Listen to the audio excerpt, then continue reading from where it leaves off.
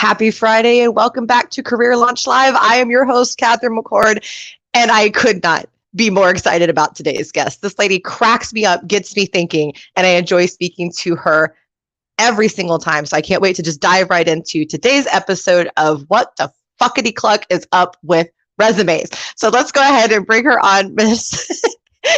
I'm laughing too hard to even say your name now. Angela Buccellatto, thank you so much for coming.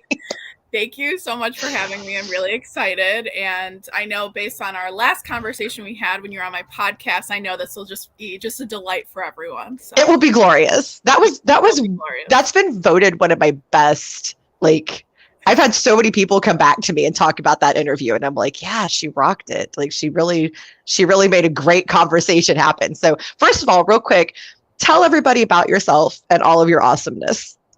So me, Angela Buccellatto, I own the Resume Rescue, and really what we specialize in is helping people with career services, whether you're entry-level C-suite executives. And I come from a recruiting background. I worked the grind of recruiting in the corporate environment. You name the situation, I've probably gone through it, was paid less than my male counterparts. I faced discrimination because I was a woman. I was fired from a job that, in my opinion, was a little bit of, lack of a better term, bullshit that I got fired. So that's where I come at this and helping individuals just kind of have honest conversations that you feel confident, comfortable, you're getting the salary you deserve. We're having just these really great conversations that a lot of people aren't having. And that's why you and I meet and kind of just hit it off. I'm just immediately. Right. Exactly. Immediately. Yeah. So, and for anybody who doesn't know, I run a people operations consulting business, which is the people side of HR. So basically all the fun stuff, none of the boring stuff. That's how I like to pitch it. And I, like you, have come from the background of recruiting and the grinds, and we make it sound so wonderful, don't we? Go be a recruiter. It's going to be the grind. Right. Yeah. It's not horrific as a whole, but and so we've both dealt with resumes quite a bit, and anybody who's watched the show knows my feelings about resumes. I have very intense feelings about them. I even invented a technology that fires them. That's how much I love them. And so when I was coming up with this show, I want to share this story real quick, and then I want to dive into this. So the inspiration for this hit, I saw a message from a hiring manager, and I'm not going to get into specifics, obviously, about who it was or anything, talking about that they didn't like the format of this person's resume, so they didn't want to speak to them. And the very first thing in my brain was, what the fuck is this? And that was literally the response I had. So I was like, I need to do this episode, and you immediately flew into my brain, very obviously. To talk about what the fuckety-cluck is wrong with resumes. So your whole thing is making resumes. So let's talk about, so first, they are necessary. Let's just put that out there. They're the necessary evil. They are. Right. So talk to me first of all, because one of the first questions I get asked is, what's the right way to make a resume? So first of all, is there a right way to make a resume? I mean, and let me start by saying I do envision a future where we're not using resumes. We're using something like LinkedIn, or LinkedIn, obviously, that we're on here, or some type of social media platform instead to get jobs where, yes, resumes are the necessary evil right now, as we discussed. But the right way to do them is simplification at best. People go wrong where they're like, I need to have boxes. I need to have pictures. I need to do all of this. It's like, no, just give me your details. A lot of people put, disqualifying terms, or they say, oh, I'm a parent of 5, I'm married. Don't put information on your resume. Granted, internationally, that is the norm. Right.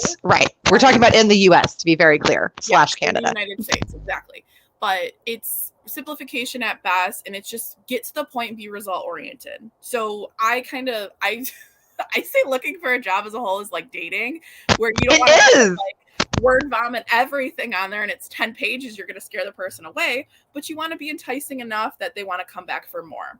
So that's where I kind of relate this. And it's just, if you don't, like me, for example, if I were to ever sell this company and I go back into a corporate job, I have zero interest in running payroll. I have zero interest in doing benefits. Could I do it? Do I do it every day? Yes. but I'm not going to highlight that on my resume because I don't want to do it. Exactly. You have to put everything. Like, no. Don't put everything. No, that's backwards. And the assumption can always be there too, like this person may have this skill, right? That kind of thing. So there is a better way to do it. But one thing that I've been talking about a lot is that there's not a like right formula in terms of, and what I mean by that is, there's not like the right format, the right font, the right exact structure, because everyone who reads it's going to have slightly different preferences. So there are the best things that you could do. There's best practices, right? And there's definitely don't do it. Like, please God, do not put a picture of your children on your resume. I actually got that one time, and I was like, I have too. I was like, I don't think I'm going to hire your 3-year-old, but but thank you. I don't even know what to do with this at this point. And also, I want to bring this up to you real quick, because you mentioned this, and then I just did too, about the parenthood thing. Parenthood is lovely. It is wonderful. It has nothing to do with why somebody should be hiring you. In fact, just the opposite. They're not allowed to discriminate against you. So when you bring it up, what can happen, Angela? It can be a number of things. It could be, oh, you're too busy. You can't take on a new role if you're a new parent. Or it could just get you as a no before even starting. I mean, and I always say this, is it's like, what is the perfect age to be a job seeker? What's the perfect degree? Because it's like, I relate it to Stepmother and Cinderella. It's like, nothing's ever good enough. Right. So it's more of, don't get yourself disqualified for silly reasons like that. And there's nothing wrong with that. I mean, yes, you do want to work in an environment that's flexible, that appreciates that you have kids and gives you whatever those needs are, but don't bring it up in an interview, because it could come down to you and someone else. And if that one variable is this other person doesn't have kids, it could happen, which is why we just want to stay away from it. And the other thing, so this is how I look at it. I don't mind people fleetingly mentioning their children, like if it just kind of randomly comes up. But the people who constantly talk about them, I'm like, okay, yeah, no, there's something going on here. Like if you keep turning the whole conversation in your interview back to your kids, that's what's a problem. And it's the same thing with your resume. There's no reason to mention them. Why would you do that? That's odd. I don't put on there that I have 4 adorable kitties and the cutest pit bull you could ever imagine. Like, I don't. And if anything, people should hire me because of that, because they get to see them too in videos.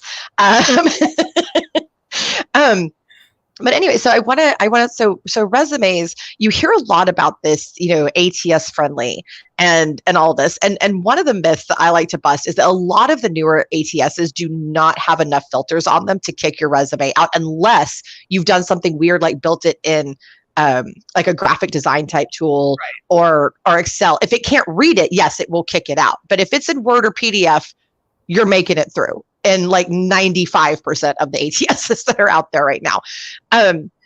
What other myths do you see a lot surrounding resumes, either on the candidate or the client side? So what we need to talk about, like an applicant tracking system, is a virtual filing system for recruiters. I like to mention it as like the Control F function on your keyboard, that it scans the page for keywords, like just to simplify it as a whole. But when you're getting the auto reject email, it's a recruiter pushing the button that says, I don't want to move forward with you. But that's typically speaking, yes. Yes.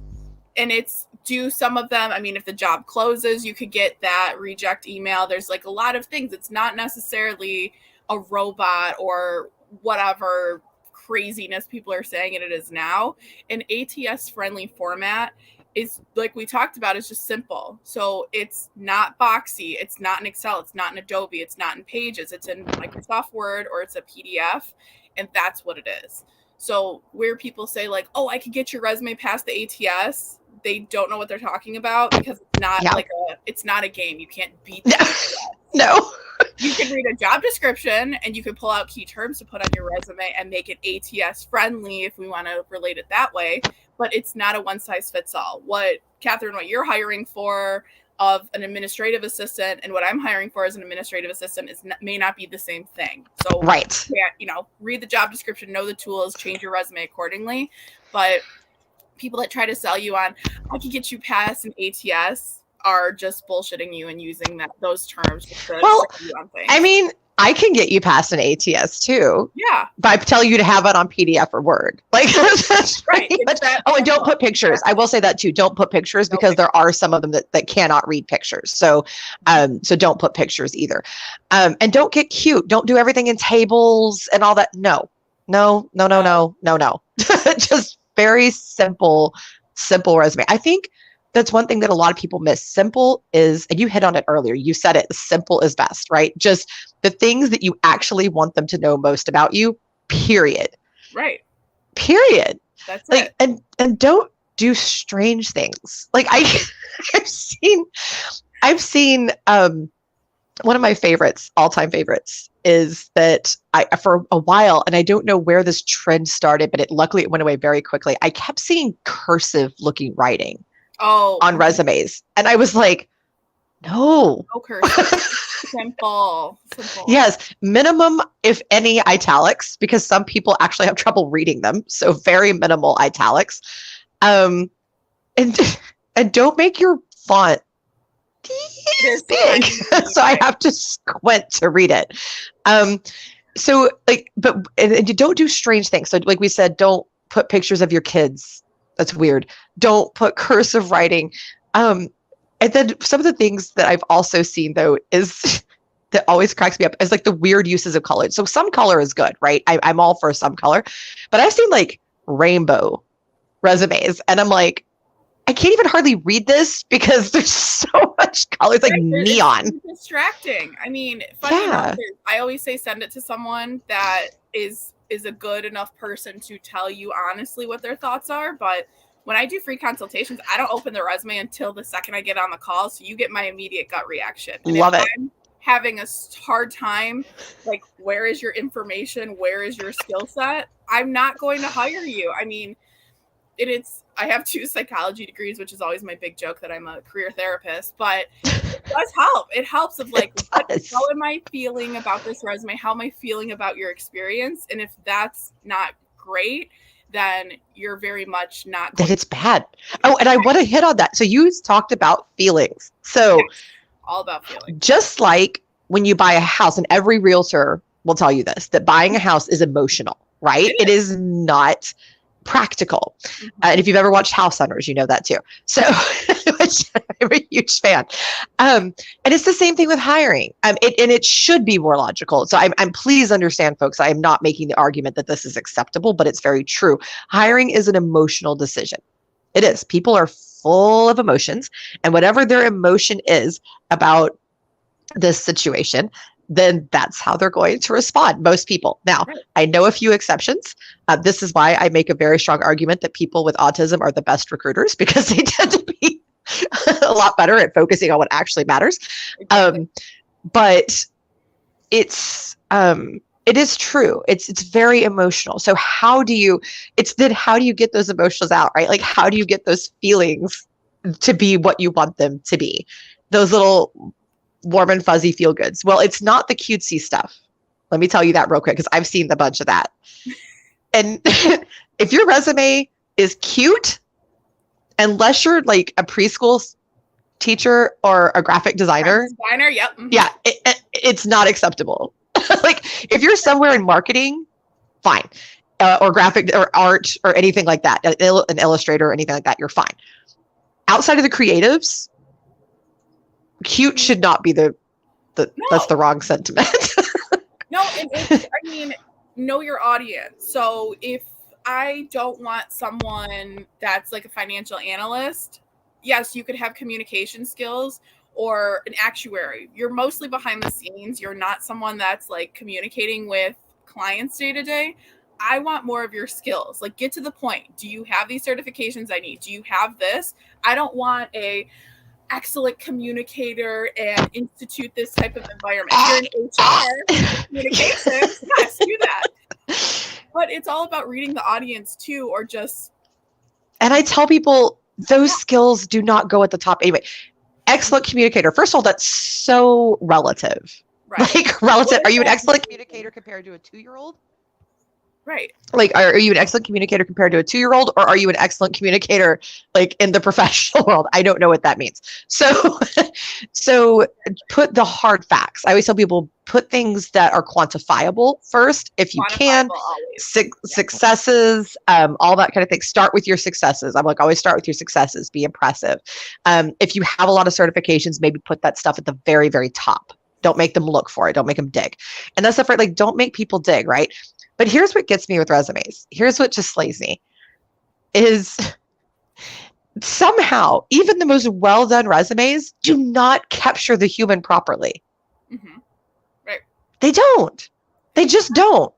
And okay, first of all, what are your thoughts about why that is? Why is it that we cannot get resumes to properly capture human beings?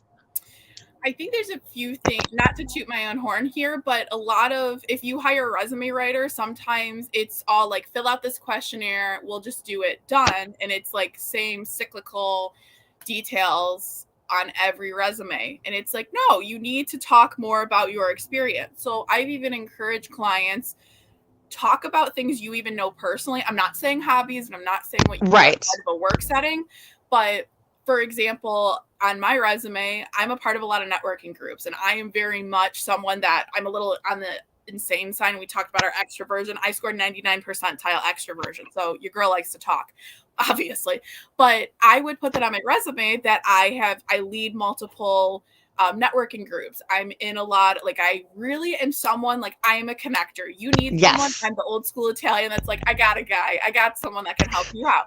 So I would put that on my resume that I'm a tenacious connector, because that is like my adjective that describes. Oh, and that's a good word, tenacious. And I tell people, use action words like tenacious, and use very vivid words, intrepid. What's another one? I had one woman that put vivacious. Ooh, she put I'm a vivacious communicator. I'm like, okay, I want to know what that means. Like, I want to talk to you. Like, what is that? And she was in marketing. And I was like, that's perfect. A superb word to use for you. And she was, by the way. Yeah.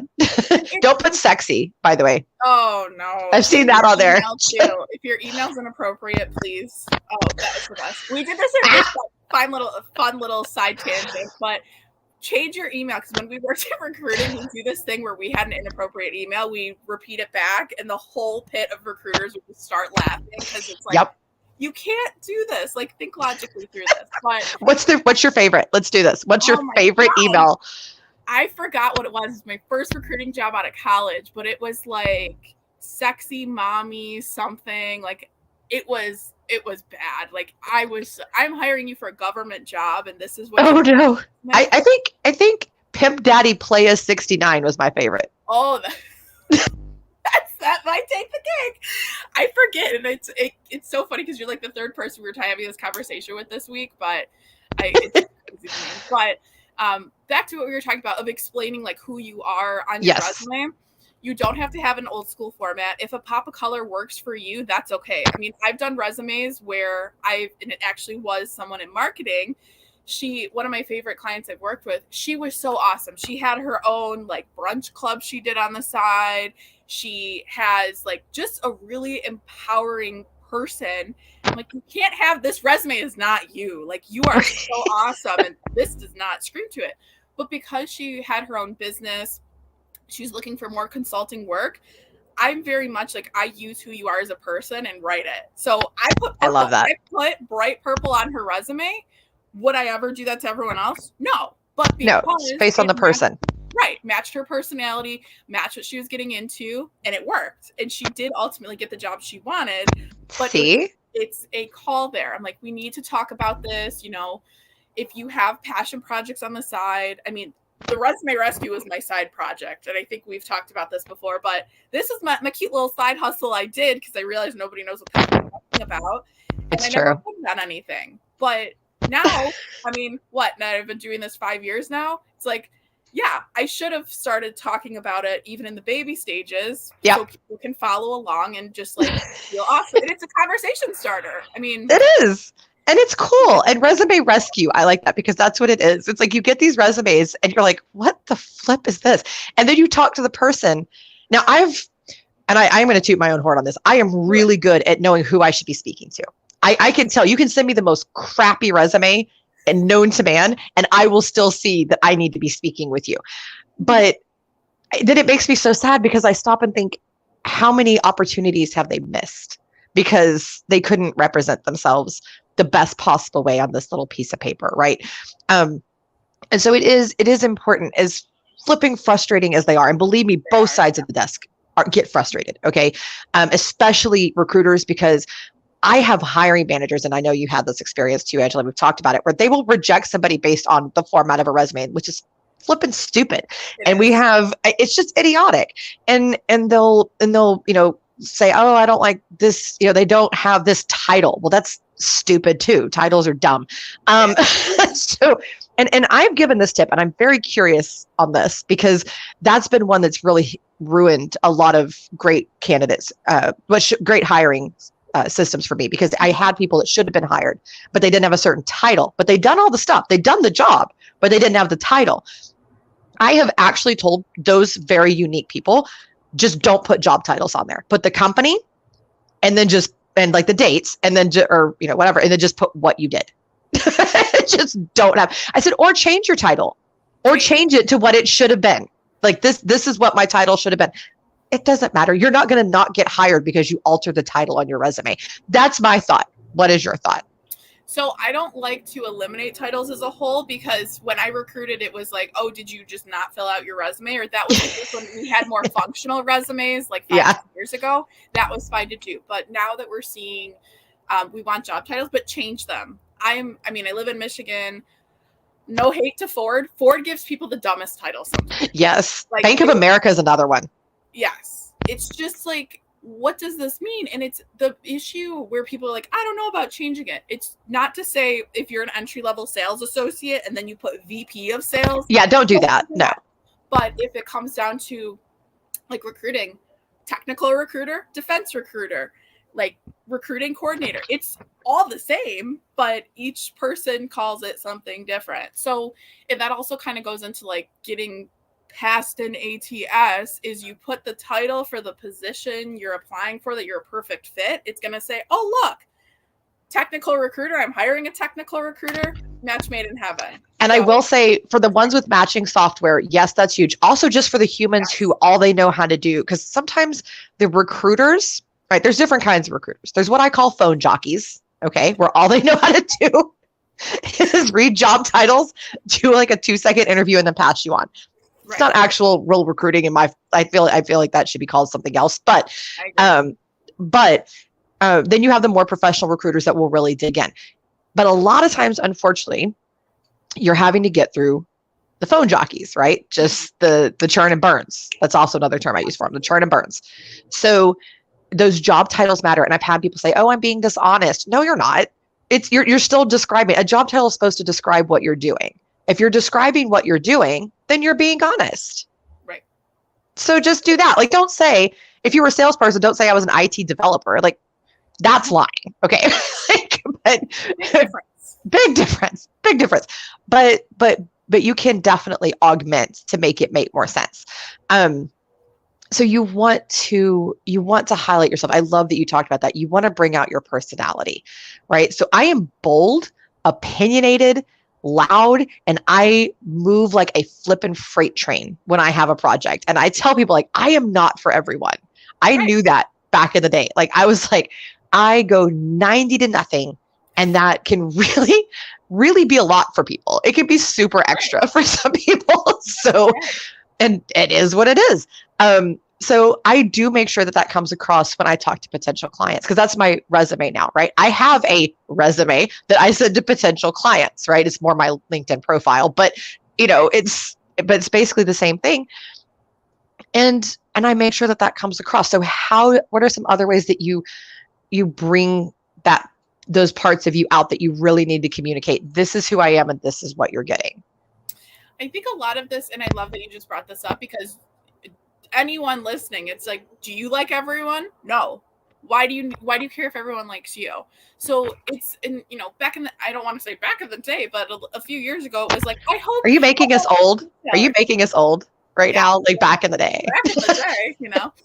But it was always like, I hope they like me. I don't want to talk about salary. I don't want to talk about these things. But it's like, you spend a minimum 40 hours a week at this company. Why would you not want it to be a good personality fit for you? You need to make the money you want and everything there. And I learned this, and this is something you'll appreciate. When I was in college, I used to be horrific at interviewing, and this is full circle that I coach people on interviewing for a living now. But I used to be horrific because I would be like, Angela, tame down who you are, because I am very bold. I am very loud. Yes, you are. Why we get along really well. But I was a completely different person. And I always wondered why I had such a hard time getting offers or just getting anything, because I downplayed who I was, and that reflected my nervousness in an interview. So I'm going to toot my own horn, but I can make friends with the wall. My friends make it a joke now that they're like they go to the bathroom when we're out to eat, and I'm like, oh, so-and-so's from Michigan right here. And they know so-and-so and so-and-so. They're like, I was gone for 5 minutes. How did you get all these things? And it's like, I do the same stuff. Right. But the more you're yourself in interviewing in your job, like, you're going to attract the people that are right for you. I mean, yes, I'm sure you're going to get you've gotten hate on your ATS you've done. I get plenty of hate of what I am. I'm not your traditional resume writer, corporate person, but that's okay. I don't want to be. Right. So it's just conveying that, or trust your gut. I mean, the simplest piece of advice when you're interviewing, trust your gut. Do you leave that interview feeling empowered? I like to say, do you feel like you could run a marathon? You're not a runner. Like, anytime I talk to you, Catherine, I'm like, I can take over the world. I can run a marathon. Yep. I'm so empowered after I talk with you. It's just like, trust your gut and trust your feeling. Thank you. Interviewing. So, and it's true. You should. And I tell people, pump yourself up, call your rah-rah person, listen to your power music before you go in there. And also, we talked about how job hunting is like dating, right? And dating, confidence is sexy, right? And it's the same thing. You want people who are, and not that you need to be bold and loud like Angela and I are. I mean, it's cool if you are, but if not, that's fine. But be confident in your own way. Quiet confidence is just as appealing as loud, bold confidence when you're in an interview. But when you go in there knowing what you're worth and knowing what you can do, and do not be afraid to talk about money. Bullshit if they try to tell you, oh, that's not appropriate or whatever. Screw that. We all work for money, okay? If money didn't matter, we'd all be volunteering with fluffy, cute animals, okay? Exactly. Fact. Or if animals aren't your thing, maybe you'd be out planting a tree. I don't know. The point is, you would not be grinding for 40 hours a week, right? Mm-hmm. So, or even if you love your job, whatever you would, that's the pay does matter. It does. I'm tired of seeing companies argue against that. It does matter. Now, I do want to ask you this, because this is a new trend I've been seeing, and I find it very fascinating. People putting their salary requirement on their resume. I don't like that, because I come at it of a place of, I work with a lot of people, and kind of my niche is people who don't have the confidence to get what they want, or people that just don't know how their careers transition. So I've had people double their salaries and triple their salaries, where they're saying, oh, I want to make, what was it? I had a client, I think it was this week sometime. She's like, oh, I want to make 65. I'm like, you should be 90 to 100. Yeah. 65 was a jump from where she was. I think it was 5 to 10 grand more, but no. So if she you should get a lot more. Right. If she put her salary requirement on her resume, she would have been pigeonholed into that amount, which, yes, is still an increase, but you still want to get to where, I don't want to say milk them for all they're worth, but get to where you need to be. But do that. But do it though. Right. So I don't love that. And I always say, calculate your expense. I love food. I'm very much I like to travel, that I'm sitting here from Florida and I'm from Michigan, but it's that needs to go into your budget. And it's not I need to live paycheck to paycheck and what I need to survive. I have a dog that she lives the bougiest life in the world, but that goes into my expenses. So it's, what do you need to be and where do you need to be at? I mean, yes. The right opportunity. And this is kind of another note, maybe this is a slight tangent, but if you get laid off, if something happens and you need to make ends meet, it's okay to take on an opportunity to wait for the right one for you. I work. Yes. I did some administrative support. I mean, contract work is great. Short-term contract work. Do make that. Money. Exactly. And if a company is like, oh, you worked contract roles and you did this, again, you don't want to work for them. Your thoughts are probably not going to align with things. So just do what you have to get that right opportunity and stop shortchanging yourself. Yes, stop shortchanging yourself. And resumes, as we conclude here, resumes are jacked up. Okay, there's not a right way to do it. There's a better way to do them, but there's not a right way to do them. It's completely subjective. It is frustrating AF. Okay, we both know from both sides of the desk exactly how that feels. It is absolutely nuts. And I do want to say, please stop asking your recruiter friends how to make your resume, because what they're going to tell you often is how they just personally like it. They're not going to tell you the things that are going to universally work. So I highly, highly, highly, in fact, when people reach out to me, I tell them, I'll tell you if there's some overtly wrong things, but I'm not the right person to help you make your resume. I tell people this all the time. So if you're looking for that kind of help, reach out to somebody. I highly recommend Angela. But there are some other great folks out there as well. But reach out to people who that is their job, and research them first. Get online, check out their present, check them out. And it says, oh, can you share your thoughts on cover letters? Oh boy, that's a whole other show, I feel like. I say they're a waste of time. Honestly, yes, they are a waste of time. I never hired someone do I write them all day, every day and get paid to do it? Yes. But I don't love them. I've hired large companies like Google, Microsoft, General Dynamics, 2 local mom and pop shops in the Metro Detroit area. Never once was I like, wow, this cover letter rocks. And let me tell you, I've only had one position in my entire career where they even asked for that. It's not a thing. Don't waste your time on it. If anything, it may cost you the opportunity, because I've seen some very weird things said in them or awkward wordings, and it costs opportunities. I don't think I've ever seen it get somebody an opportunity. So to cover letters. It's your time is valuable too when you're applying to jobs. If they want you to, it's an hour application and everything, probably not someone you want to take the effort to do. If it was taking me more than a half hour to do a job application, I'm not going to apply to it. And that's not me speaking to this. It's like I have my own business, I don't need it. But even when I needed was looking at a corporate job, if it took me more than a half hour, I'm not doing it. 5 to 10 minutes. 5 to 10 minutes. That's all you get out of me. And you better not be asking me interview questions on that application, because I'm out. Yeah, don't be lazy. Oh, we need to do another thing on that. That's a whole other, I did a post about that, actually. So as we wrap up, what are your top 4 to 5 tips about how to make the most possible effective resume that you can, given the fact that they're so flippant suggestive? Top 4 to 5 tips, rapid fire. Let's go. Let's see. No more than 2 pages. Yes, it could be more than a page. No pictures, no text box, nothing complex. Simplicity at best, as we discussed. Tailor your resume per each application if you need to. Work smarter, not harder with this. What else can I say with it? Just know your audience, know your industry, know the terms that are going on it. Don't, like we said, don't put rainbows and colors on it that it doesn't make sense if you're not in a profession that's creative. Right. And just have people review it. I mean, myself and I know other resume writers do this for free. I review your resume completely free. So just use free resources that are out there. Don't be afraid to talk about this. Talk about your job. Talk about your career. Yes. Talk about what you need, please. Absolutely. And we did have a question, what to do if a cover letter is required. First of all, reach out to Angela. She will totally give you some tips and just help you out.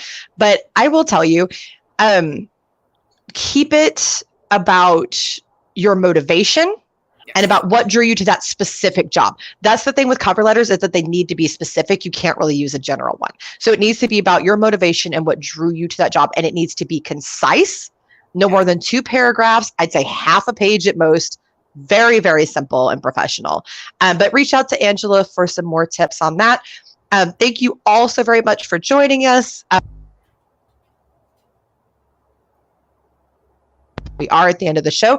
Tune in next week, same time, same place, different guest. Be great. And thank you so much for joining us, Angela. Thank you.